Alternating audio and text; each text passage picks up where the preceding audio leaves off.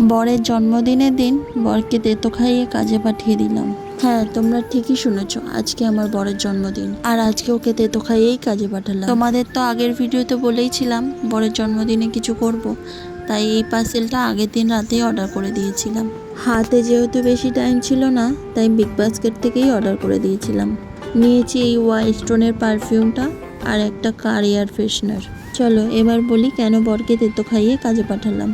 জন্মদিনের আগের দিন আমাদের বাড়িতে রান্না হয়েছিল পেঁপে দিয়ে আলু দিয়ে তরকারি, তার মধ্যে একটা কচু দেওয়া হয়েছিল। কচুটা খেতেই ওর গলা থেকে বুক পুরো জ্বালা করছিল। তারপরে দেখি গালমালগুলো ফেটে গিয়ে জিভ ফেটে জিভ থেকে রক্ত বেরোচ্ছে। সেই দিন রাতে তো বর কিছু খেতেই পারেনি, ওকে সঙ্গে সঙ্গে তেঁতুলের জল করে দিয়েছিলাম। তেঁতুলটা খেয়ে সঙ্গে সঙ্গে বমি করে দিয়েছে।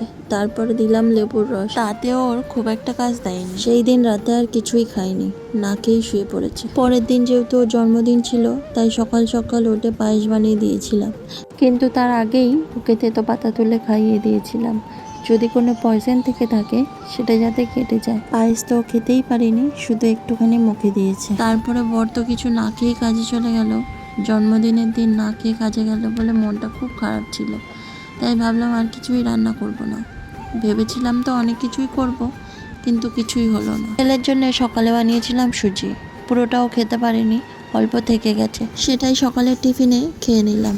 যেহেতু আজকে রান্নাবান্না বেশি করব না, সেই জন্য ভাবলাম রান্নাঘরটা একটু ডিপ ক্লিন করে নিই। ভিডিওতে দেখলে যতটা তাড়াতাড়ি মনে হয় কাজগুলো হয়ে গেছে, তত তাড়াতাড়ি যদি হতো সত্যি খুব ভালো হতো।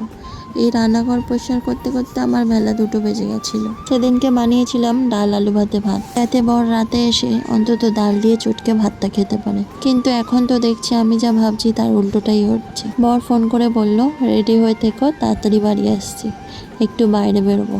তো আমি তো ভেবেছিলাম হয়তো কিছু হয়েছে, আর্জেন্ট ডাক্তারখানায় যাবে বা কিছু, সেই জন্য আমি রেডি হয়ে গেছি, বাবুকেও রেডি করে নিয়েছিলাম। আমি যেটা ভেবেছিলাম সেটা আমার বরই বললো, আজকের দিনটা যদি মিস হয়ে যেত আর কোনো দিন ঘুরে আসতো না এই দিনটা। তাই জন্যেই বললো চলো গিয়ে খাওয়া দাওয়া করে আসি। ও কিন্তু একটুও কিছু খেতে পারেনি। আমি ওকে বারবার বারণ করেছিলাম, থাক আজকের দিনটায়, তুমি তো কিছু খেতেই পারছো না, অন্য দিন নয় আসা যাবে, অন্য দিন সেলিব্রেট করব।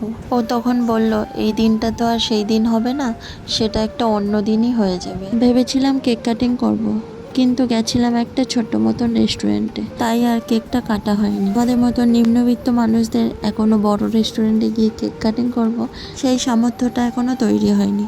যেদিন হবে নিশ্চয়ই যাব, ততদিন এই ছোট রেস্টুরেন্টেই ভালো।